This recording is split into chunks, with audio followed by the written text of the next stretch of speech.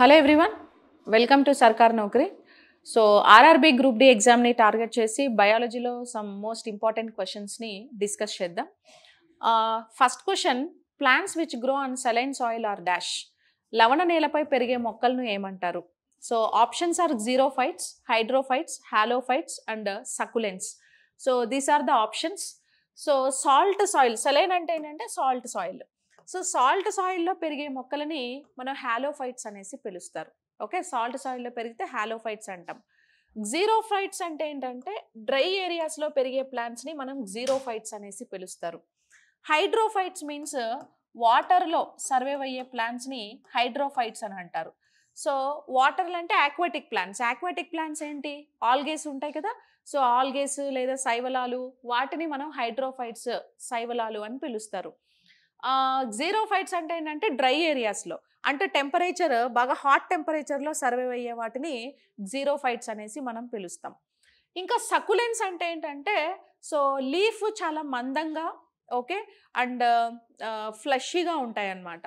ఇప్పుడు aloe vera plant ఉంది చూసారా, అలోవీరా కానీ నాగజముడు, బ్రహ్మజముడు చాలా ఫ్లషీగా ఉంటాయి, వాటర్ ఎక్కువ ఉంటుంది, బాగా మందంగా థిక్గా ఉంటాయి. అలాంటి వాటిని సకులెన్స్ అనేసి పిలుస్తూ ఉంటారు. ఓకేనా. సో ఇప్పుడు ప్లాంట్స్ అయినా సరే వాటి ఎన్విరాన్మెంట్ని బట్టి హ్యాబిచువల్ థింగ్స్ అనేవి మారుతూ ఉంటాయండి. సో ఇప్పుడు ఫర్ ఎగ్జాంపుల్ మనుషులు కూడా, ఇప్పుడు సౌత్ స్టేట్లో ఉండే వాళ్ళ హ్యాబిట్స్ ఒకలా ఉంటాయి, హిమాలయాస్లో ఉన్న వాళ్ళు ఒకలాగా ఉంటారు, ఎడారి పక్కన ఉండే వాళ్ళు ఒకలాగా ఉంటారు. సో అట్లా మొక్కలకి కూడా అవి నివసించే ఎన్వైర్న్మెంట్ని బట్టి సో డిఫరెంట్ నేమ్స్ ఉంటాయి. వాటికి అడాప్టేషన్ అనమాట, నథింగ్ బట్. సో ఇప్పుడు ఫారెస్ట్ కాదు, డెజర్ట్ ఏరియాస్లో సర్వైవ్ అయ్యే ప్లాంట్స్ని మనము ఎరిమోఫైట్స్ అనేసి పిలుస్తారు. ఏమని పిలుస్తాం? ఎరిమోఫైట్స్ అంటారు. డెజర్ట్స్ ఏరియాలో పెరిగే వాటిని, ఎడారుల్లో ఉండే వాటిని ఎరిమోఫైట్స్ అంటారు. ఇవి ఎడారులో తప్ప ఇంకెక్కడా కనపడవు. ఇవి వాటర్ స్కేర్సిటీని బాగా అడాప్ట్ చేసుకొని ఉంటాయి. అంటే అక్కడ వాటర్ స్కేర్సిటీ ఉంటుంది, రెయిన్ఫాల్ కూడా 25 సెంటీమీటర్ కంటే తక్కువ రెయిన్ఫాల్ ఉంటుంది అక్కడ. సో వాటర్ సరిగా దొరకదు. అలాంటి ఎన్వైర్న్మెంట్ సిచ్యువేషన్స్కి అలవాటు పడి పెరుగుంటాయి అన్నమాట. డిఫరెంట్ టైప్ ఆఫ్ ప్లాంట్స్ అవి, వాటి షేప్స్ కూడా డిఫరెంట్గా ఉంటాయి. తర్వాత డ్రై ఏరియాస్లో పెరిగే వాటిని ఎరిమోఫైట్స్ అని పిలుస్తారు, జీరోఫైట్స్ అని పిలుస్తారు. ఓకేనా. డ్రై ఏరియాస్లో పెరిగే వాటిని ఏమని పిలుస్తారు? జీరోఫైట్స్ అనేసి పిలుస్తారు అన్నమాట. ఇవేమో ఎరిమోఫైట్స్. డెజర్ట్ ఏరియాస్లో ఉండే వాటిని ఎరిమోఫైట్స్ అని పిలుస్తారు. సో డ్రై ఏరియాస్లో ఉండే వాటిని ఏమని పిలుస్తారు అంటే జీరోఫైట్స్ అనేసి డ్రై ఏరియాస్లో ఉండే వాటిని పిలుస్తారు. సో ఇప్పుడు మన సౌతర్న్ స్టేట్స్లో ఉండే ప్లాంట్స్ కూడా డ్రై ఏరియాస్లో ఉండే ప్లాంట్స్ అనే మనం చెప్పుకోవచ్చు అనమాట. ఇప్పుడు అలోవీరా ప్లాంట్ కానీ, నాగజముడు, బ్రహ్మజముడు, వీటిని జీరోఫైట్స్ అంటారు. సో మామూలుగా డెజర్ట్ ప్లాంట్స్ని జీరోఫైట్స్ అని చదువుకుంటూ ఉంటారు, బట్ డెజర్ట్ ప్లాంట్స్ని ఎగ్జాక్ట్ టర్మినాలజీ ఎరిమోఫైట్స్ అండి. అవి డెజర్ట్స్లో తప్ప ఇంకెక్కడా కనపడవు. అండ్ వాటర్లో సర్వైవ్ అయ్యే ప్లాంట్స్ని మనం ఏమంటాము? హైడ్రోఫైట్స్ అని పిలుస్తాం. హైడ్రో అంటే వాటర్ కదా, హైడ్రోఫైట్స్ అని పిలుస్తారు.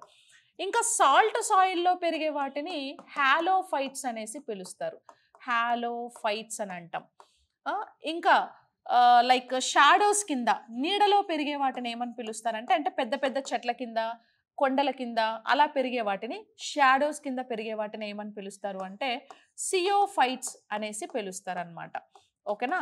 శాండ్లో పెరిగే వాటిని, అంటే ఇసుకలో పెరిగే వాటిని సామోఫైట్స్ అనేసి పిలుస్తారు.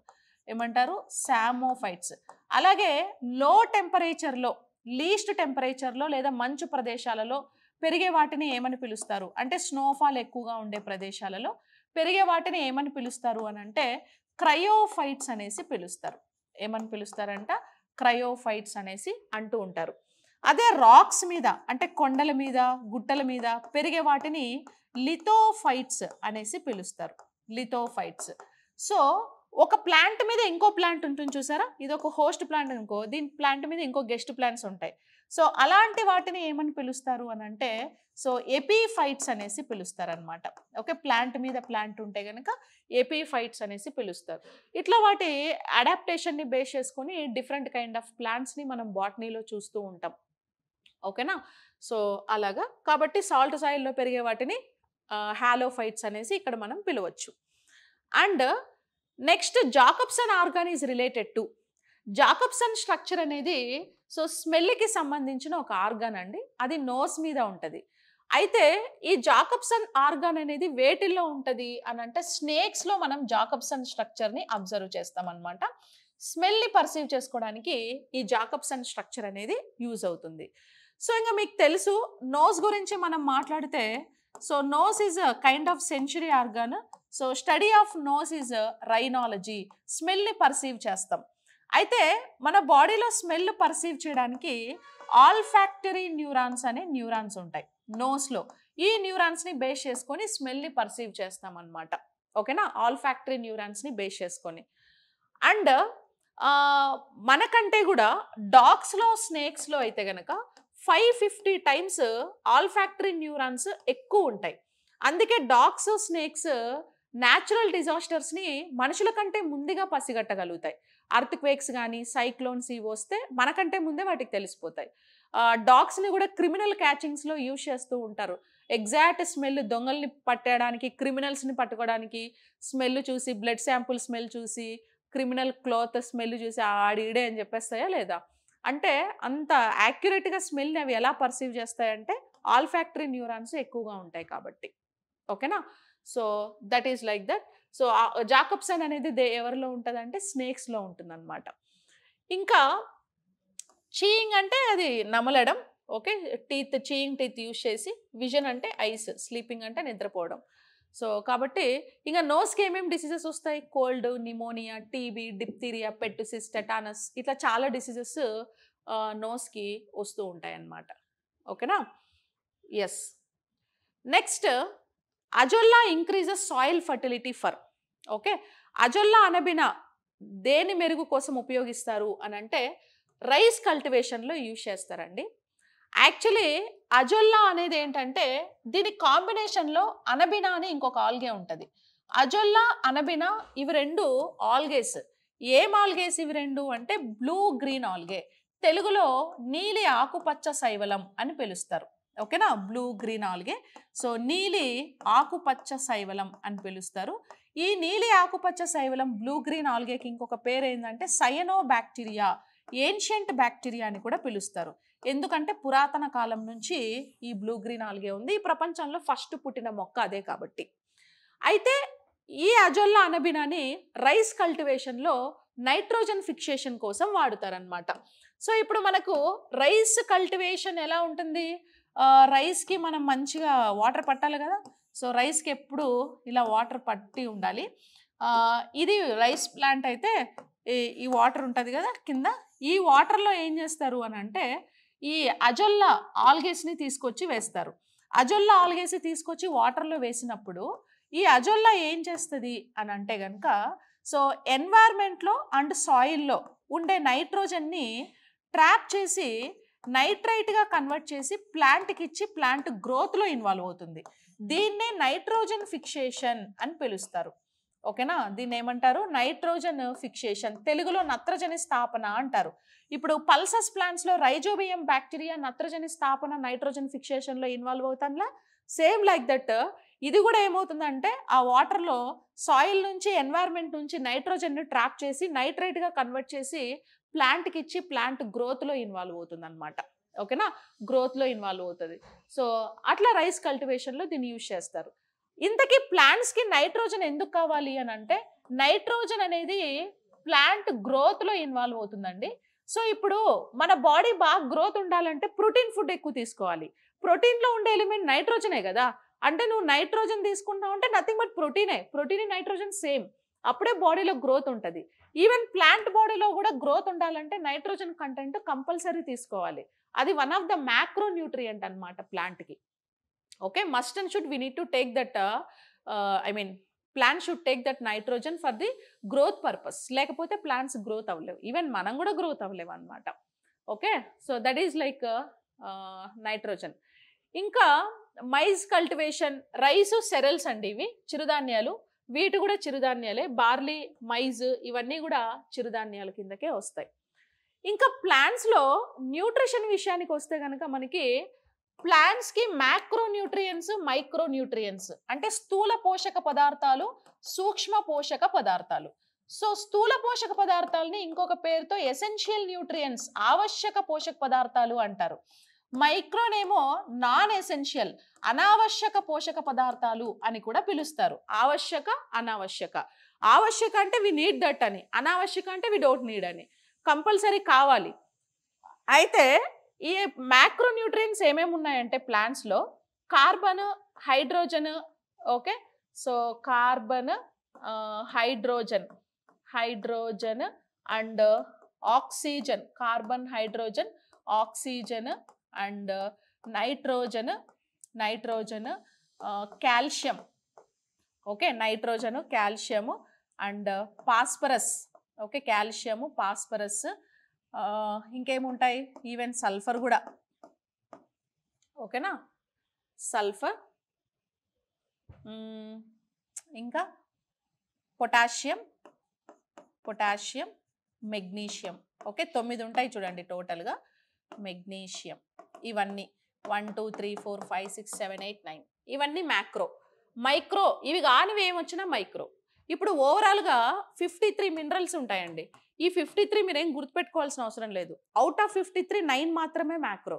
ఈ మ్యాక్రో మీరు గుర్తుపెట్టుకుంటే ఇది కాంది ఏది వచ్చినా మైక్రోనే, ఓకే, నథింగ్ బట్ కోబాల్ట్ కానీ, కాపర్ కానీ, మ్యాంగనీస్ కానీ, ఓకే, అలా ఎక్సెట్రా, ఓకే, మిగతావన్నీ మైక్రో న్యూట్రియంట్స్ అనమాట. Okay, yes. Next question, who is the father of immunology? Immunology పితామహుడు ఎవరు అని అంటే Edward Jenner, okay, Edward Jenner. So Edward Jenner ఎప్పుడు 1796లో ఫస్ట్ వ్యాక్సిన్ని డిస్కవర్ చేశారండి. ఏ వ్యాక్సిన్ అని అంటే small pox vaccine. Small pox అనే డిసీజ్కి స్మాల్ పాక్స్ వ్యాక్సిన్ని కనిపెట్టిన ఫస్ట్ సైంటిస్ట్ ఎడ్వర్డ్ జెన్నర్. అందుకే ఈయనని ఫాదర్ ఆఫ్ ఇమ్యూనాలజీ అని పిలుస్తారు. సో వ్యాక్సిన్స్ని ఎందుకు వేసుకుంటారు? డిసీజెస్ రాకముందే సేఫ్ సైడ్గా ఇమ్యూన్ సిస్టమ్ని ఇంక్రీజ్ చేసుకోవడానికి వ్యాక్సిన్ వేసుకుంటారు. ఒకవేళ వచ్చినా ఇమ్యూనిటీ పవర్ ఇంక్రీజ్ అయితే దాని మీద ఫైట్ చేయడం కోసం. డిసీజెస్ వచ్చేసిన తర్వాత క్యూర్ చేసుకోవడానికి మెడిసిన్ వేసుకుంటారు. రాకముందే ఇమ్యూన్ పవర్ని పెంచుకోవడానికి వ్యాక్సిన్ వేసుకుంటారు. అట్లా ఫస్ట్ డిస్కవర్ చేసిన vaccine small pox, discovered by Edward Jenner.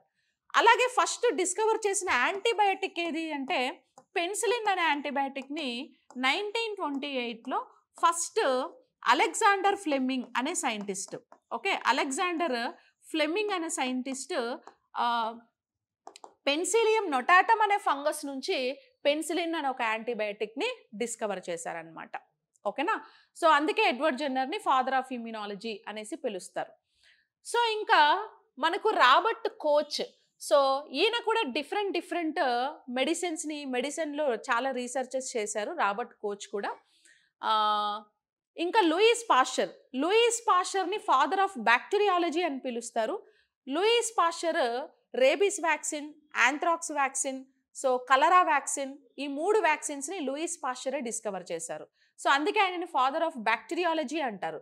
Actually బ్యాక్టీరియాని కనిపెట్టిన సైంటిస్ట్ ఏమో లీవెన్ హక్, కానీ ఫాదర్ ఆఫ్ బ్యాక్టీరియాలజీ అనే పేరు మాత్రం లూయిస్ పాస్చర్కే. ఓకేనా? ఈయన రేబీస్ వ్యాక్సిన్ కనిపెట్టారు కదా, సో రేబీస్ వ్యాక్సిన్, కలరా వ్యాక్సిన్, ఓకే, యాంథ్రాక్స్, ఇలాంటి డిసీజెస్కి వ్యాక్సిన్ని ఇన్వెంట్ చేశారనమాట. ఓకేనా? ఇంకా ల్యాండ్స్టీనర్ని ఫాదర్ ఆఫ్ బ్లడ్ గ్రూప్స్ అని పిలుస్తారండి. సో ల్యాండ్స్టీనర్ అనే ఒక సైంటిస్ట్ ఏ, బి అండ్ ఓ ఈ 3 బ్లడ్ గ్రూప్స్ని 1900లో డిస్కవర్ చేశారు. అందుకే ఈయనకి 1930లో నోబెల్ ప్రైజ్ కూడా వచ్చిందనమాట. ఓకేనా? తర్వాత 1902లో స్టార్లీ డెకాస్టిలో అనే ఇద్దరు సైంటిస్టులు, స్టార్లీ అండ్ డెకాస్టిలో అనే ఇద్దరు సైంటిస్టులు ఏబిఓ బ్లడ్ గ్రూప్ని కూడా కనిపెట్టడం జరిగింది. ఓకేనా? సో అవి మనకు బ్లడ్ గ్రూప్స్ పాజిటివ్, నెగిటివ్ అని 2 ఉంటాయి, RH ఫ్యాక్టర్స్ని బేస్ చేసుకొని. సో ఇప్పుడు ఫర్ ఎగ్జాంపుల్ చూడండి, మనకి ఇది ఆర్బీసీ సెల్స్ అనుకుంటే ఆర్బీసీ సెల్స్లో పైన RH ఫ్యాక్టర్స్ ఉన్నాయనుకో, ఇలాగా చిన్న ప్రోటీన్ లాంటి స్ట్రక్చర్స్ ఉంటాయి, ఆ బ్లడ్ గ్రూప్ పాజిటివ్ అని. RH ఫ్యాక్టర్స్ లేవనుకో అది నెగిటివ్ అని అర్థం. ఈ RH అంటే ఏంటంటే రీసెస్ అని అంటారు. ఫస్ట్ మకాకా కోతుల్లో ల్యాండ్స్టీనరే RH ఫ్యాక్టర్ని కూడా కనిపెట్టాడు అనమాట. ఓకేనా? ఇంకా బ్లడ్ గ్రూప్స్ విషయానికి వస్తే పాజిటివ్ బ్లడ్ గ్రూప్ వాళ్ళు ఓన్లీ పాజిటివ్ వాళ్ళకే బ్లడ్ ఇవ్వాలండి. నెగిటివ్ బ్లడ్ గ్రూప్ వాళ్ళకు నెగిటివ్ బ్లడ్ గ్రూప్ వాళ్ళు పాజిటివ్కి నెగిటివ్కి ఎవరికైనా బ్లడ్ ఇవ్వచ్చు. ఇప్పుడు ఫర్ ఎగ్జాంపుల్ మనకు 4 బ్లడ్ గ్రూప్స్ ఉన్నాయి కదా. Okay, A and B, AB, O, ఇలా 4 బ్లడ్ గ్రూప్స్ ఉన్నాయి. అయితే ఈ 4 బ్లడ్ గ్రూప్స్లో పాజిటివ్ వాళ్ళు ఓన్లీ పాజిటివ్స్కి ఇవ్వాలి, నెగిటివ్ వాళ్ళు పాజిటివ్కి నెగిటివ్కి ఇద్దరికి ఇవ్వచ్చు. ఇప్పుడు just imagine a blood group వాళ్ళు ఎవరికి ఇస్తారు బ్లడ్ అంటే ఏ వాళ్ళు ఏకి ఇస్తారు, ఏబిలో కూడా ఏ ఉంది కాబట్టి ఏబికి కూడా ఇస్తారు. ఇప్పుడు ఏ పాజిటివ్ అయితే ఓన్లీ పాజిటివ్స్కే ఇస్తారు. అలా కాకుండా ఓ నెగిటివ్ అయిందనుకో పాజిటివ్కి నెగిటివ్కి ఇద్దరికి ఇస్తారు. ఓకేనా, AB positive AB negative. B blood group ఎవరెవరికి ఇస్తారంటే బికి ఇస్తారు, ఏబిలో కూడా బి ఉంది కాబట్టి ఏబికి కూడా ఇస్తారు. ఒకవేళ బి పాజిటివ్ అయితే ఇద్దరు పాజిటివ్స్కే ఇస్తారు. ఒకవేళ బి నెగిటివ్ అయితే సో పాజిటివ్కి ఇస్తారు, నెగిటివ్కి ఇస్తారు, పాజిటివ్ నెగిటివ్ ఇద్దరికి ఇస్తారు అనమాట. ఏబి వాళ్ళు బ్లడ్ గ్రూప్ ఓన్లీ ఏబీకే ఇస్తారు. ఏబి ఉంది కదా అని విడగొట్టి మళ్ళీ ఏకి బీకి ఇవ్వరు. ఏబి అనేది ఒక separate blood group. AB positive అయితే పాజిటివ్స్కే ఇస్తారు. ఒకవేళ నెగిటివ్ అయితే ఏబి పాజిటివ్కి ఇస్తారు, at the same time AB negative కూడా ఇస్తారు. ఓ వాళ్ళు బ్లడ్ గ్రూప్ ఎవరెవరికి ఇస్తారంటే ఏ, బి, ఏబి, ఓ అందరికి ఇస్తారు. ఒకవేళ ఓ పాజిటివ్ అయితే అందరు పాజిటివ్స్కి ఇస్తారండి. ఒకవేళ ఓ నెగిటివ్ అయితే ఏ పాజిటివ్ ఏ నెగిటివ్కి ఇస్తారు, బి పాజిటివ్ బి నెగిటివ్ కూడా ఇస్తారు, ఏబి పాజిటివ్ ఏబి నెగిటివ్ కూడా ఇస్తారు, ఓ పాజిటివ్ ఓ నెగిటివ్ కూడా ఇస్తారనమాట. ఓకేనా. ఇప్పుడు యూనివర్సల్ డోనార్ ఎవరు ఇక్కడ?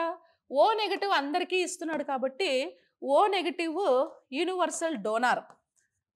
యాక్సెప్టర్ ఎవరు? ఏబి పాజిటివ్ చూడండి అందరి దగ్గర బ్లడ్ కలెక్ట్ చేస్తున్నాడు కదా, అందరి దగ్గర బ్లడ్ కలెక్ట్ చేస్తున్నాడు కాబట్టి సో యాక్సెప్టర్ ఎవరు అని అంటే ఏబి పాజిటివ్.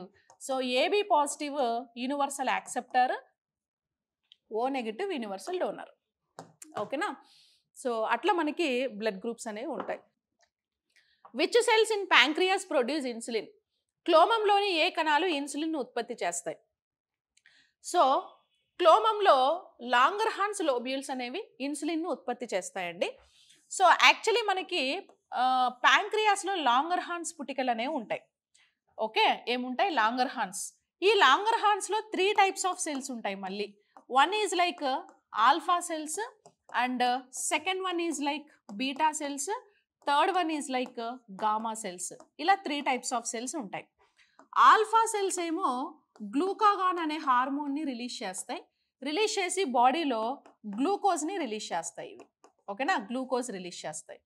బీటా సెల్స్ ఏమో ఇన్సులిన్ అనే హార్మోన్ని రిలీజ్ చేసి ఎక్స్ట్రా గ్లూకోజ్ని గ్లైకోజన్గా కన్వర్ట్ చేసి షుగర్ రాకుండా కంట్రోల్ చేస్తుంది, బ్లడ్లో గ్లూకోజ్ పెరగకుండా కంట్రోల్ చేస్తుంది. గామా సెల్స్ ఏమో ప్యాంక్రియాటిక్ ఫంక్షన్ని రెగ్యులేట్ చేస్తుంది. ఓకే, ప్యాంక్రియాటిక్ ఫంక్షన్ని రెగ్యులేట్ చేస్తాయి. So and gamma cells release చేసే హార్మోన్ పేరేంటో తెలుసా? పాలీపెప్టైడ్ అనే హార్మోన్ని రిలీజ్ చేస్తాయి. సో ఏం హార్మోన్? పాలీపెప్టైడ్ అనే హార్మోన్ని రిలీజ్ చేసి ప్యాంక్రియాటిక్ ఫంక్షన్ని రెగ్యులేట్ చేస్తాయి. బాడీలో ఇన్సులిన్ డెఫిషియన్సీ ఉంటే డయాబెటీస్, షుగర్ అనే డిసీజ్ వస్తుంది. ఓకే, ఇంకా ప్యాంక్రియాస్ టీఏఎల్కే టాక్ అనే ఎంజైమ్స్ కూడా రిలీజ్ చేస్తాయండి. సో హార్మోన్స్ ఎంజైమ్స్ రెండింటినీ రిలీజ్ చేస్తున్నాయి కాబట్టి ప్యాంక్రియాస్ని మనం హెటిరోక్రైన్ గ్లాండ్ ఆర్ మిక్స్డ్ గ్లాండ్ అనేసి పిలుస్తారు. ఇది సెకండ్ బిగ్గెస్ట్ గ్లాండ్ అనమాట. బాడీలో 60 గ్రామ్స్ వెయిట్ ఉంటుంది. ఎంత? 60 గ్రామ్స్ వెయిట్. సో టీ అంటే ఏంటంటే ఇప్పుడు టీ అంటే ఎంజైమ్స్ చెప్తున్నా చూడండి. ట్రిప్సిన్ అనే ఎంజైమ్. ఈ ట్రిప్సిన్ ప్రోటీన్ డైజెషన్లో ఇన్వాల్వ్ అవుతుంది. Okay, A for amylase, A for amylase. So amylase ఏమో కార్బోహైడ్రేట్స్ డైజెషన్లో ఇన్వాల్వ్ అవుతుంది. ఎల్ ఫర్ లైపేజ్, లైపేజ్ ఏమో లిపిడ్ డైజెషన్లో ఇన్వాల్వ్ అవుతుంది. K for chymotrypsin. So chymotrypsin ఏమో ప్రోటీన్ డైజెషన్లో ఇన్వాల్వ్ అవుతుంది. ఓకేనా. సో ఇట్లా 4 ఎంజైమ్స్ అనేవి రిలీజ్ అవుతాయి అన్నమాట ప్యాంక్రియాస్ నుంచి. అండ్ హార్మోన్స్, ఈ ఎంజైమ్లైనా హార్మోన్లైనా డైజెషన్ పర్పస్లోనే యూజ్ అవుతున్నాయి కాబట్టి ప్యాంక్రియాటిక్ జ్యూస్ని డైజెస్టివ్ జ్యూస్ అని పిలుస్తారు. ఓకేనా. ఎస్, జాండీస్ వస్తే దీనికి కూడా లివర్దే అటాక్ అవుతుంది. లేడిక్ సెల్స్, లేడిక్ సెల్స్ టెస్టిస్లో ఉంటాయండి. ఈ సెల్స్ ఏం చేస్తాయంటే టెస్టోస్టిరాన్ అనే ఒక హార్మోన్ని రిలీజ్ చేస్తాయి మేల్స్లో. టెస్టోస్టిరాన్ హార్మోన్ రిప్రొడక్టివ్ హార్మోన్ కదా, ఈ హార్మోన్ వల్లనే టెస్టిస్ మెచ్యూర్ అవుతాయి, sexual desires, sexual feelings, sperms release అవుతాయి, ఓకేనా, అండ్ ఫర్టిలైజేషన్ జరగడానికి. సో అన్నిటికీ కారణము టెస్టోస్టిరానే. సెకండరీ సెక్షువల్ క్యారెక్టర్స్కి కూడా బియర్డ్స్, మషెస్ రావడం, వాయిస్ చేంజ్ అవ్వడం ఒక ఏజ్ తర్వాత, బాడీ మీద ర్యాండమ్ హెయిర్ గ్రోత్ ఉండడం, వీటన్నిటికీ కారణం ఏది అంటే టెస్టోస్టిరాన్ అని చెప్పొచ్చు, ఓకేనా. ఇంకా సెరటోలీ సెల్స్, ఇవి ఆండ్రోజన్స్ అంటే టెస్టిస్లో ఉంటాయి. సో టెస్టిస్లో ఉండి టెస్టిస్ డెవలప్మెంట్కి రీజన్ సెరటోలీ సెల్స్, టెస్టోస్టిరాన్ హార్మోన్కి reason Leydig cells. Leydig cell హార్మోన్ని రిలీజ్ చేస్తే సెరటోలీ సెల్స్ ఆండ్రోజన్ని ప్రొడ్యూస్ చేస్తాయి, ఓకేనా. అలాగా కార్పస్ లూటియం అనేది ఉమెన్లో ఓవరీలో కార్పస్ లూటియం అనేది ఉంటుందండి. సో ఇంకా అది ఒక పెద్ద స్టోరీ యాక్చువల్లీ.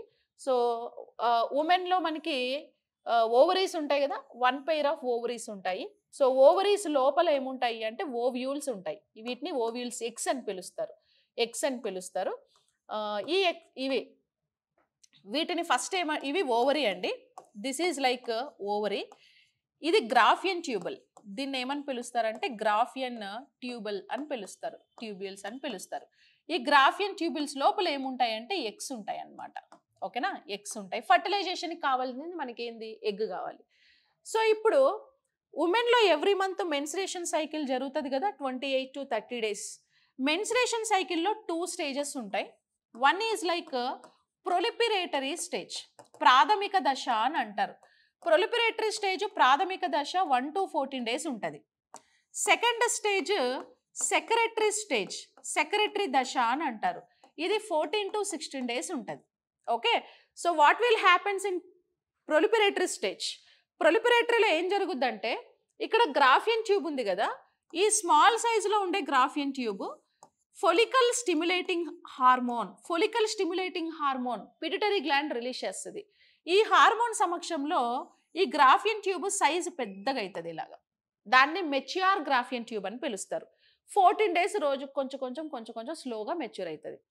సెక్రెటరీ స్టేజ్లో ఈ మెచ్యూర్డ్ గ్రాఫియన్ ట్యూబ్ ల్యూటినైజింగ్ హార్మోన్ అనే హార్మోన్ రిలీజ్ అయినప్పుడు ఇది కూడా పిట్యూటరీ గ్లాండ్ రిలీజ్ చేస్తుంది. ఇది ఏమవుద్దంటే పగిలిపోతుంది అనమాట. పగిలిపోయి దీని లోపల ఉండే ఎగ్ బయటకు రిలీజ్ అవుతుంది. బయటకంటే ఎక్కడికి అని అంటే ఫీమేల్ ఫాలోపియన్ ట్యూబ్లోకి రిలీజ్ అవుతుంది, ఓకే, ఇక్కడికి రిలీజ్ అవుతుంది. దీన్నే ఓవులేషన్ అని పిలుస్తారు, అండోత్పత్తి అని పిలుస్తారు, అండోస్తర్గం అని కూడా పిలుస్తారు. సో ఈ పగిలిపోయిన గ్రాఫియన్ ట్యూబ్ ఉంది కదా, దీన్నే కార్పస్ లూటియం అని పిలుస్తారు. అంటే పగలక ముందు దీని పేరు గ్రాఫియన్ ట్యూబ్, పగిలిన తర్వాత దాని పేరు గ్రాఫియన్ ట్యూబ్, కార్పస్ లూటియం, ఓకే. పగిలిన తర్వాత దాని పేరు ఏంటిది, కార్పస్ లూటియం. ఈ కార్పస్ లూటియం నుంచి ఎగ్ అనేది బయటకు రిలీజ్ అవుతుంది, ఓకేనా. ఇంకా ఇప్పుడు అందుకే ఇప్పుడు FSH, LH రెండు కూడా రిప్రొడక్టివ్ హార్మోన్సే. ఈ రెండింటిని పిట్యూటరీ గ్లాండ్ రిలీజ్ చేస్తుంది అనమాట. ఇప్పుడు ప్రొడ్యూస్ అయిన ఎగ్ లైఫ్ స్పాన్ ఎంత అంటే 24 hours మాత్రమే దీని లైఫ్ స్పాన్ ఉంటుందండి. ఆలోపు ఫర్టిలైజేషన్ జరగాలి.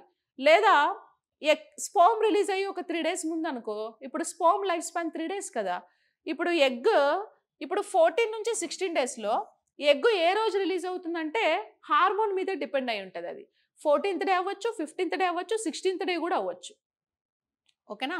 అది బయలాజికల్ యాక్టివిటీ, మనము అది చెప్పలేం, ఎప్పుడైనా రిలీజ్ అవ్వచ్చు. ఇంకా కొంతమందికి ఏంటంటే మెన్స్ట్రేషన్ జరిగిన 20-25 రోజులకు ఓవులేషన్ జరిగేటోళ్ళు కూడా ఉంటారు, అట్లా కూడా ఉంటారు. అది మీ బాడీలో రిలీజ్ అయ్యే హార్మోన్స్ని బట్టి ఒక్కొక్కరికి ఒకలా ఉంటుంది. అవన్నీ మనం ఇక్కడ కన్సిడర్ చేయకూడదు, అదంతా ప్రాక్టికల్. అది వదిలేస్తే మనం టెక్స్ట్ బుక్లో ఏది ఉందో చదువుకోవాలి. కాబట్టి as per text book knowledge 14 to 16 days లోపు ఎగ్ అనేది బయటకు రిలీజ్ అవుతుంది అనమాట, ఓకే. ఇప్పుడు స్పర్మ్ లైఫ్ స్పాన్ 3 days కదా, ఇప్పుడు ఎగ్ 14th రిలీజ్ అయింది అని మీరు అనుకోండి. స్పర్మ్ లైఫ్ స్పాన్ 3 days కాబట్టి ఎగ్ రిలీజ్ అవ్వడానికంటే 3 రోజుల ముందే ఒకవేళ స్పర్మ్స్ వచ్చి ఫాలోపియన్ ట్యూబ్లో ఇలా ఉన్నాయనుకో, తిరుగుతున్నాయనుకో, అప్పుడు 3 రోజుల ముందుకేంటి 13, 12, 11. చాలా రేర్ కేసెస్లో హార్మోన్ ఇంబ్యాలెన్సెస్ వల్ల 1-2 days అటు ఇటు అవుతుంది. అందుకని ఇంకో 2 రోజులు ముందుకు జరిపారు. ఓవరాల్గా 9 to 16 days time period is fertilisation period.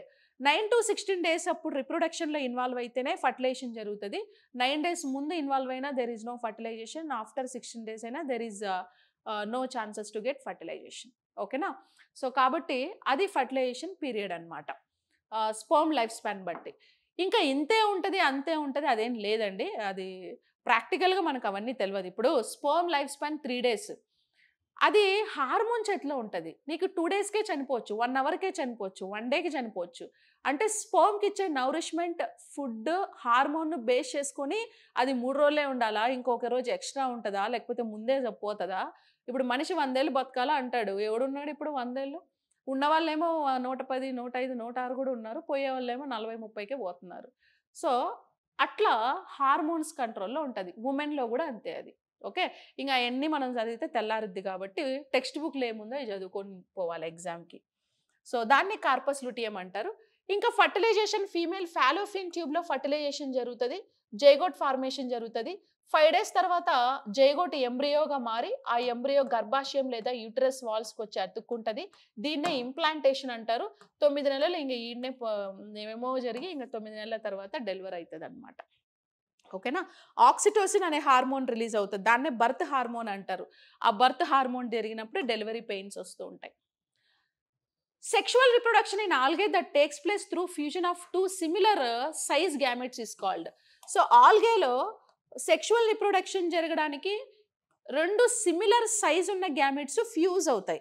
ఆ సిమిలర్ సైజ్ ఉన్న గ్యామెట్స్‌ని ఏమని పిలుస్తారు అనంటే, ఇప్పుడు మీకు పేరులోనే ఉంది, పెద్ద ఆలోచించకండి. సిమిలర్ సైజ్ అన్నాడు కాబట్టి ఐసో. ఐసో అంటే ఏంటి? సమానంగా. ఐసో అంటే సేమ్, సమానంగా ఉండేవి అని అర్థం. సో కాబట్టి ఐసో గ్యామెట్స్ అని పిలుస్తారు. సో 2 సిమిలర్ సైజ్ ఉండే గ్యామెట్స్. యాక్చువల్లీ ఆల్గేస్ కూడా నాన్ ఫ్లవరింగ్ ప్లాంట్స్ అండి. వాటిల్లో అసెక్షువల్ రిప్రొడక్షన్ జరుగుతది. సెక్షువల్ కూడా జరుగుతది. సెక్షువల్ ఎలా జరుగుతదంటే, వీటిల్లో జర్మ్స్ ఉంటాయి గదా! సో జర్మ్స్ అంటే వాటినే స్పోర్స్ అని పిలుస్తారు. సిద్ధ బీజాలు అని అంటారు. ఈ స్పోర్స్ ఇలా కన్వర్ట్ అవుతాయి. జూ స్పోర్స్, ఓవు స్పోర్స్‌గా కన్వర్ట్ అవుతాయి. జూ స్పోర్స్ అంటే ఏంటంటే మేల్, స్పర్మ్ అని అర్థం. ఓగామస్ ఉంది చూసారా ఇక్కడ? ఓగామస్ అంటే ఏంటంటే ఎగ్. ఓకే, అండం. ఈ స్పర్మ్, జూ స్పోర్, ఓగామస్ 2 కలిసి ఫర్టిలైజేషన్‌లో ఇన్వాల్వ్ అయ్యి కొత్త ఆల్గేని ఇస్తాయి. అలాగా రిప్రొడక్షన్‌లో ఇన్వాల్వ్ అవ్వగలిగే, ఫ్యూజన్ జరగగలిగే గ్యామెట్స్ సైజ్ 2 సేమ్ ఉంటే గనక దాన్ని ఐసోగామస్ అనేసి పిలుస్తారు. ఓకేనా? ఆల్గేస్‌లో ఉంటాయి అన్నమాట అవి. Aquatic plants, ఆల్గేస్. Next, which of the following is an air Born disease? Air Born disease అంటే గాలి ద్వారా వ్యాప్తి చెందే వ్యాధి ఏది? సో మీజిల్స్ వైరల్ ఇన్ఫెక్షన్ ఇది. పారామిక్సో వైరస్ అనే ఒక వైరస్ వల్ల మీజిల్స్ వస్తుంది. Major affected organ lungs, skin కూడా ఇంపాక్ట్ అవుతుంది. తట్టు అంటారు తెలుగులో దీన్ని. ఓకే, దీన్ని ఇంకో పేరుతో రుబెల్లా అని కూడా పిలుస్తారు. ఓకేనా? దీనికి ఎంఎంఆర్ అనే వ్యాక్సిన్ ని కూడా ఇస్తారండి. ఎంఎంఆర్ వ్యాక్సిన్ ఇస్తారు. Of course measles airborne disease. ఓకేనా? అది ఎయిర్ బోర్న్ డిసీజే. Next, chicken pox. So chicken pox వచ్చి ఇది కూడా వైరల్ ఇన్ఫెక్షనే. వారిసెల్లా అనే ఒక వైరస్ వల్ల చికెన్ పాక్స్ వస్తుంది. స్కిన్ బగ్స్ కూడా వస్తాయి స్కిన్ మీద. ఆటలమ్మ అని కూడా అంటూ ఉంటారు. ఇది కూడా గాలి ద్వారా ఒకరి నుంచి ఒకరికి వ్యాప్తి చెందుతుంది. కాల్చిసిన్ లేదా కాలమైన్ అనే ఒక డ్రగ్ని మెడిసిన్గా చికెన్ పాక్స్కి ఇస్తూ ఉంటారు. స్మాల్ పాక్స్ వచ్చి వారియోలా అనే ఒక వైరస్ వల్ల ఈ స్మాల్ పాక్స్ అనే డిసీజ్ వస్తుంది. లంగ్ ఇన్ఫెక్షన్ ఇది కూడా ఎయిర్ బోర్న్ డిసీజే. సో ఎడ్వర్డ్ జెన్నర్ అనే సైంటిస్ట్ స్మాల్ పాక్స్ డిసీజ్కి ఫస్ట్ స్మాల్ పాక్స్ వ్యాక్సిన్ని 1796లో డిస్కవర్ చేశారని చెప్పొచ్చు. ఓకేనా? సో ఆల్ ది అబో అన్ని ఎయిర్ బోర్న్ డిసీజెస్ ఇక్కడ ఉన్నవన్నీ కూడా. Okay, yes. Next, which of the following have alpha keratin as protein? So alpha keratin as protein. ఇప్పుడు మన బాడీలో ఆల్ఫా కెరాటిన్, బీటా కెరాటిన్ అంటే 2 types ఆఫ్ కెరాటిన్స్ అనేవి ఉంటాయి. సో ఇప్పుడు ఆల్ఫా కెరాటిన్ ఎక్కడ అబ్జర్వ్ చేస్తాం మనము అని అంటే, ఆల్ఫా కెరాటిన్ వచ్చి మనకు స్కిన్లో ఉంటుంది. ఇప్పుడు స్కిన్ నేచర్కి రీజన్ ఏంటంటే ఆల్ఫా కెరాటిన్ అండి. ఫర్ ఎగ్జాంపుల్, స్కిన్ కలర్కి reason melanin. Skin nature, oily skin, soft skin, rough, smooth, ఇట్లా స్కిన్ నేచర్ ఉంది కదా, ఆ నేచర్కి కారణము ఆల్ఫా కెరాటిన్. అలాగే హెయిర్ నేచర్కి కారణం కూడా alpha keratin. So curly hair, silky hair, అటు ఇటు కానీ ఇట్లాంటి హెయిర్, వాటన్నిటికీ కారణం కెరాటినే. అదే మెలనిన్ కలర్కి కారణం, హెయిర్ కలర్. ఓకే, బాగా బ్లాక్ ఉందనుకో మెలనిన్ ఎక్కువ ఉన్నట్టు. హెయిర్ బ్లాక్ ఉంటే కొంతమంది హెయిర్ చాలా బ్లాక్గా ఉంటుంది, బికాజ్ మెలనిన్ ఎక్కువ ఉంటుంది. కొంతమందికి హెయిర్ కలర్, ఇప్పుడు అమెరికన్స్ ఉన్నారు చూసారా, brown shade, red shade, white, because melanin తక్కువ ఉండడం. ఓకే, వైట్ హెయిర్ రావడం, బ్రౌన్ హెయిర్ రావడం, ఏవో పనికి మళ్ళీ హెయిర్ అంతా, అదంతా ఏంది అని అంటే బికాజ్ కెరాటిన్ వల్ల. ఓకేనా, కలర్ వచ్చి మెలనిన్, నేచర్ వచ్చి కెరాటిన్, నేచర్ కెరాటిన్. ఇంకా నెయిల్స్, వీటన్నిటిలో ఆల్ఫా కెరాటిన్ ఉంటుంది. ఇంకా పోతే beta keratin. So beta keratin వేటిల్లో ఉంటుందంటే బీక్, పక్షుల ముక్కు, క్లాస్, తర్వాత ఫీతర్స్, వీటిల్లో హార్న్స్, కొమ్ములు, వీటన్నిటిలో బీటా కెరాటిన్ అనేది ఉంటుంది. అయితే ఈ ఆల్ఫా కెరాటిన్ స్కిన్లో మనకి 3 పార్ట్స్ ఉంటాయండి. ఓకే, ఇప్పుడు స్కిన్లో కదా ఇవి ఉంటాయి, స్కిన్లో అయితే స్కిన్లో ఉంటాయి.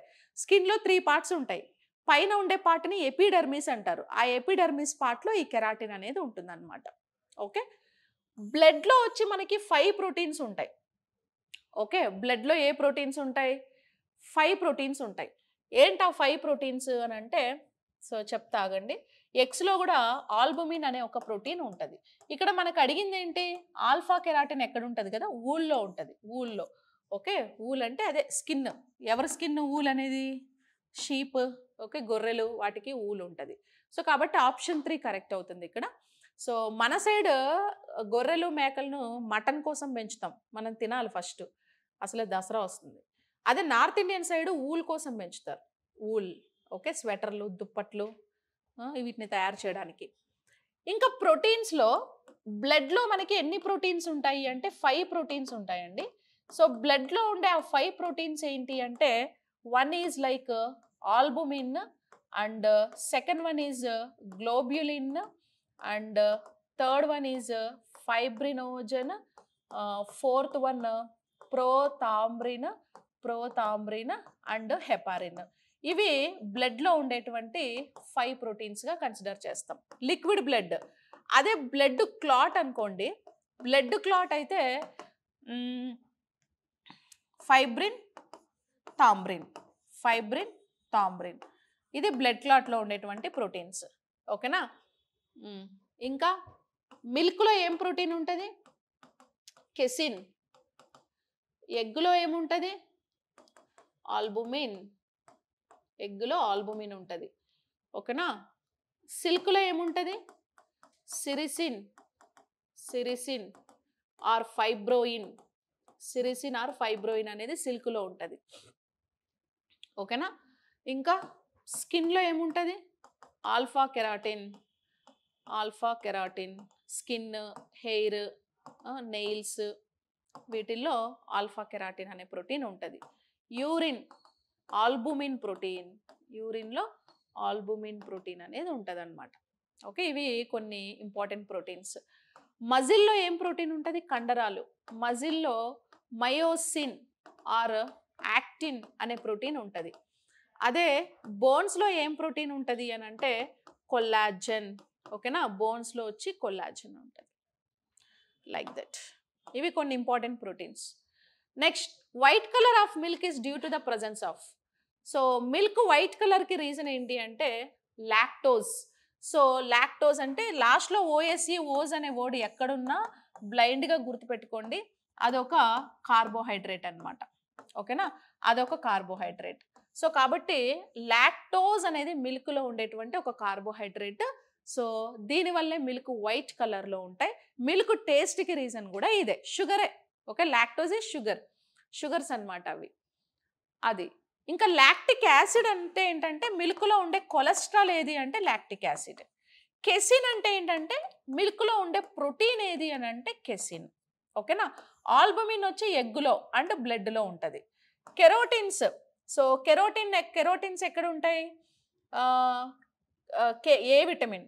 ఓకే, ఏ విటమిన్ లోపల మనకి కెరోటిన్స్ ఉంటాయి. ఈవెన్ క్యారెట్, ఆరెంజ్ కలర్లో ఉండే వాటిని కెరోటినాయిడ్స్ అనేసి పిలుస్తారు. సో అది దట్ ఈజ్ మిల్క్. మిల్క్ని మనం కంప్లీట్ డైట్ అని పిలుస్తారండి. మిల్క్ని కంప్లీట్ డైట్ అంటారు. మిల్క్ అండ్ ఎగ్ రెండు complete diet. Carbohydrates, protein, fat, minerals, vitamins అన్నీ ఉంటాయి. సి విటమిన్ తప్ప మిగతా అన్ని విటమిన్స్ మిల్క్లో ఉంటాయి. ఇంకా మిల్క్లో లాక్టోబాసిల్లస్ అనే ఒక బ్యాక్టీరియా ఉంటుంది. మిల్క్ని కర్డ్ లాగా కన్వర్ట్ చేస్తుంది lactobacillus bacteria. Okay, so that is all about like milk. So next question, sugarcane is one of the important cash crops in India. It contains. So sugarcane అనేది one of the important cash crop కదా. So sugar కేన్లో sucrose అనేది ఉంటుందండి. Sugar కేన్లో ఏముంటుంది? Sugar కేన్లో sucrose అనేది ఉంటుంది. So sucrose is like second sweetest sugar. Fructose అనేది స్వీటెస్ట్ షుగర్, ఫ్రూట్స్లో వస్తుంది. Example honey. సుక్రోజ్ వచ్చి షుగర్ కేన్లో వస్తుంది. అండ్ సుక్రోజ్ ఈజ్ డైసాకరైడ్ అండి. ఓకే, మనకి మోనోసాకరైడ్స్కి ఎగ్జాంపుల్స్ ఏమేమి ఉంటాయి అని అంటే, మోనోసాకరైడ్స్కి example glucose and fructose. Okay, fructose, galactose, ఈ మూడు మోనోసాకరైడ్స్కి ఎగ్జాంపుల్. గ్లూకోజ్ని మనం instant sugar, blood sugar and blood sugar అంటే బ్లడ్లో షుగర్ పేషెంట్స్కి గ్లూకోజే కదా ఎక్కువైందని చెప్తారు. Instant sugar, energy levels drop అయినప్పుడు గ్లూకోజ్ వాటర్ తాగుతారు చూసారా, స్పోర్ట్స్ పర్సన్స్ తాగానే 4లు 6లు కొట్టేస్తూ ఉంటారు, అందుకే ఇన్స్టాంట్ షుగర్ అంటారు. గ్రేప్ షుగర్ అంటే గ్రేప్స్ నుంచే వస్తుంది. ఫ్రక్టోజ్ వచ్చి ఫ్రూట్ షుగర్, ఫ్రూట్స్ నుంచే వస్తుంది, స్వీటెస్ట్ షుగర్ అది. గ్యాలక్టోజ్ ఏమో మిల్క్ షుగర్ అని పిలుస్తాం. డైసాకరైడ్స్కి ఎగ్జాంపుల్ ఏదంటే సుక్రోజ్. సో సుక్రోజ్ షుగర్ కేన్లో ఉంటుందండి. గ్లూకోజ్ ప్లస్ ఫ్రక్టోజ్ రెండు కలిపితే సుక్రోజ్ వస్తుంది అనమాట. అలాగే మాల్టోజ్. సో మాల్టోజ్ ఎట్లా వస్తుంది అని అంటే 2 moles of glucose plus glucose is equal to maltose. అలాగే లాక్టోజ్. లాక్టోజ్ అంటే glucose plus galactose. So glucose plus galactose is equal to లాక్టోజ్గా కన్సిడర్ చేస్తాం. ఓకేనా. ఇంకా polysaccharides. Polysaccharides starch, glycogen, starch, glycogen, ఇంకా కైటిన్, ఇవన్నీ కూడా పాలీసాకరైడ్స్కి ఎగ్జాంపుల్గా చెప్పచ్చు. సెల్యులోజ్. ఓకే, ఇవన్నీ పాలీసాకరైడ్స్ అనమాట. ఓకేనా. సో స్టార్చ్ని మనము అమైలం అని కూడా పిలుస్తారు. స్టార్చ్కి ఇంకొక పేరు అమైలం. అది వన్ ఆఫ్ ద పాలీసాకరైడ్, ప్లాంట్స్లో ఉంటుంది. Glucose monosaccharide and fructose monosaccharide, fruits నుంచి వచ్చేటువంటి ఒక షుగర్ అనమాట. ఓకే, ఎస్, అవి కొన్ని ఇంపార్టెంట్ క్వశ్చన్స్ అండి. ఇంకా మనకి యాప్లో బయాలజీ క్లాసెస్ కన్నా చూస్తే, so Telugu medium, English medium biology classes అనేవి మీకు యాప్లో ఉన్నాయి. ఇవి ప్యూర్ తెలుగు మీడియం కంటెంట్, ఇది pure English medium content. So with class notes కూడా, క్లాసెస్ ఇంక్లూడింగ్ క్లాస్ నోట్స్ కూడా ఉంటుంది. అయితే 20% ఆఫ్ ఉందండి. కోర్స్ 20 అనే కూపన్ కోడ్ యూజ్ చేయండి, మీకు 20% డిస్కౌంట్ అనేది వస్తుంది. ఓకేనా. ఇంకా ఓన్లీ హ్యాండ్ రిటన్ నోట్స్ కావాలంటే Telugu medium handwritten notes, English medium handwritten notes రెండు సపరేట్గా ఉన్నాయి. ఇంకా మనకి గ్రూప్ డీకి వచ్చేసి ఆర్ఆర్బి టెస్ట్ సిరీస్, గ్రూప్ డీకి టెస్ట్ సిరీస్ 399 రూపీస్ ఉంది. సో టెస్ట్ సిరీస్ రాయడం చాలా ఇంపార్టెంట్ ఎగ్జామ్ మూమెంట్లో. సో అందరూ కూడా టెస్ట్ సిరీస్ మంచిగా రాయండి. ఇంకా గ్రూప్ డీకి జనరల్ సైన్స్ కోర్స్ అండి ఇది. ఇందులో ఈ జనరల్ సైన్స్లో ఇంక్లూడింగ్ ఎన్విరాన్మెంట్ కూడా ఉంటుంది. ఓకేనా. So biology plus environment plus class notes మూడు కూడా ఈ జనరల్ సైన్స్ ఆర్ఆర్బి దాంట్లో ఉంటాయి మనకి. ఓకే, ఎస్. ఇంకా ఎఫ్బిఓ పేపర్ 2 కోర్స్ కూడా అవైలబుల్ ఉంది చూడండి. ఓకే, ఎఫ్బిఓ పేపర్ 2 కోర్స్ కూడా ఉంటుంది. సో ఇంకా పోతే ఇవి మనకి యాప్లో ఉన్న కోర్సెస్ ఎఫ్బిఓకి అండ్ ఆర్ఆర్బి గ్రూప్ డి. ఎన్విరాన్మెంట్కి కూడా సపరేట్ కోర్స్ ఉంది. ఓన్లీ ఎన్విరాన్మెంట్ కావాలంటే ఎన్విరాన్మెంట్కి కూడా సపరేట్ కోర్స్ ఉంది ఆర్ఆర్బి వాళ్ళకి, ఇంక్లూడింగ్ బయాలజీతో కూడా ఉంది. ఓకే, అండ్ ఓన్లీ బయాలజీ కూడా ఉన్నాయి, నోట్సెస్ కూడా ఉన్నాయి. అండ్ ఇంకొక క్వైరీ ఏంటంటే, సో చాలామంది బుక్స్ తొందరగా డెలివర్ అవ్వట్లేదు అని అంటున్నారు. యాక్చువల్లీ బుక్స్ షార్టేజ్ ఉన్నాయండి. సో ప్రింటింగ్ ఆర్డర్ ఇచ్చాను నేను. సో అందుకని కొంచెం 1 or 2 days అటు ఇటు డిలే అవుతుంది, బట్ వచ్చేస్తాయి మీకు books. So RRB group D ఎగ్జామ్కి జనరల్ సైన్స్ బుక్ ఒకటి రిలీజ్ చేస్తాం కదా, MCQs, biology, physics, chemistry 3 subjects కలిపి ఒక ఎంసీక్యూస్ బుక్ అనేది లాంచ్ చేశాము. సో 25 మార్క్స్కి మీకు జనరల్ సైన్స్ ఉంది కాబట్టి ఆ 25 మార్క్స్ సెక్షన్కి ఆ బుక్ అనేది మీకు చాలా మంచిగా యూజ్ అవుతుంది. ఓకే. అండ్ ఇంగ్లీష్ మీడియం వాళ్ళకి 3 సబ్జెక్ట్స్ లేవు, ఓన్లీ బయాలజీ సపరేట్గా ఎంసీక్యూస్ బుక్ అనేది రిలీజ్ చేశాము. అది కూడా మనకి మార్కెట్లో అవైలబుల్గా ఉంది. అది చాప్టర్ వైజ్ ఎంసీక్యూస్ అనేవి ఉంటాయి అన్నమాట అందులో. ఓకేనా. సో ఇది యాక్చువల్లీ బుక్ 4000+ ప్రాక్టీస్ బిట్స్ అండి. బయాలజీ, ఫిజిక్స్, కెమిస్ట్రీ 3 సబ్జెక్ట్స్ కలిపి ఉంటాయి ఇందులో. సో మీకు 25 మార్క్స్ సెషన్కి ఇది చాలా యూస్ఫుల్ అవుతుంది. ఈవెన్ ఎస్ఐ కానిస్టేబుల్ ప్రిపేర్ అయ్యే వాళ్ళకి కూడా ఈ బుక్ అనేది మంచిగా యూజ్ అవుతుంది అనమాట. ఓకే. ఆల్ కాంపిటేటివ్ ఎగ్జామ్స్ని కన్సిడర్ చేసి రాసింది. And all academy text books 6th class నుంచి ఇంటర్మీడియట్ వరకు అకాడమీ టెక్స్ట్ బుక్స్ని కవర్ చేసి సో రిలీజ్ చేసిన బిడ్ బ్యాంక్ ఇది. దిల్సుఖ్ నగర్లో అయితే చైతన్య బుక్ స్టోర్, సాయి జ్యోతి బుక్ స్టోర్స్లో అవైలబుల్ ఉంది. అశోక్ నగర్లో అన్ని బుక్ స్టోర్స్లో ఉంది. నాన్ లోకల్స్ ఎవరైనా ఉంటే అమెజాన్లో ఆర్డర్ పెట్టుకోండి. ఓకేనా. సో అది ఈ బుక్ గురించి డీటెయిల్స్. ఇంకా ఇంగ్లీష్ మీడియం అయితే ఓన్లీ బయాలజీ ఉంది. సో అది కూడా మార్కెట్లో, ఆన్లైన్లో అన్ని చోట్ల అవైలబుల్ ఉంది. ఓకే. ఏమైనా డౌట్స్ ఉంటే కింద కామెంట్ చేయండి. Okay. So anyways, so thank you so much everyone and I wish you very all the best. Thank you.